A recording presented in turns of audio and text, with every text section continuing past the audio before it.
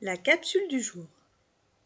Bienvenue dans ce petit moment court et essentiel qui a pour but d'ouvrir une réflexion, un nouveau point de vue, peut-être éveiller une part de conscience et vous accompagner sur votre chemin de découverte de vous-même. Aujourd'hui, nous allons parler d'un phénomène énergétique puissant et souvent méconnu, l'égrégore. Un égrégore, c'est une entité énergétique créée et nourrie par les pensées, les émotions et les croyances d'un groupe de personnes. C'est une forme pensée collective qui, au fil du temps, acquiert une certaine autonomie, une sorte de vie propre.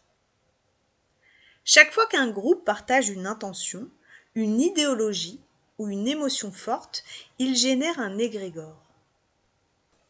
Cela peut être conscient, comme dans un rassemblement à une cause, ou inconscient, comme dans des habitudes collectives ou des tendances sociales.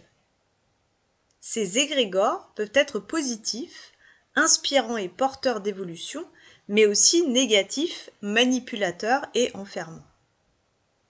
Pour mieux comprendre comment naît et grandit un égrégore, imaginons une simple graine. Lorsqu'une idée ou une émotion est partagée par plusieurs personnes, c'est comme si on plantait une graine dans la terre. Plus cette idée est répétée, nourrie par l'attention et l'énergie de ceux qui y croient, plus la graine pousse et se transforme en un arbre solide. Avec le temps, cet arbre prend de l'ampleur. Ses racines deviennent profondes et ses branches s'étendent, influençant tous ceux qui s'en approchent. Voici quelques exemples. L'égrégore d'une religion va rassembler des croyants autour d'une foi commune, avec ses rites, ses valeurs et ses dogmes. L'égrégore d'une institution comme l'administration va façonner une manière de fonctionner, des règles et des codes partagés. L'égrégore d'un club sportif va unir des supporters à travers une passion commune, créant un fort sentiment d'appartenance. L'égrégore du patriarcat, qui va perpétuer des croyances et des comportements sur les rôles de genre dans la société. Et l'égrégore des contes de fées, qui va influencer notre vision de l'amour, des relations et des aspirations de vie. Tous ces égrégores rassemblent des personnes autour d'une façon de penser et de voir le monde.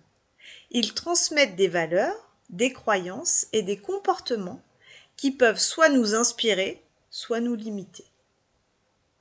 Alors nous pouvons choisir de nourrir les égrégores qui déploient des énergies lumineuses, qui nous élèvent et nous connectent à la paix. Comment ? En portant notre attention sur le beau, en regardant le positif, en lisant des livres inspirants, en regardant des films porteurs d'espoir, en partageant des moments de gratitude et d'amour. Chaque petit geste compte et contribue à renforcer un égrégore bénéfique.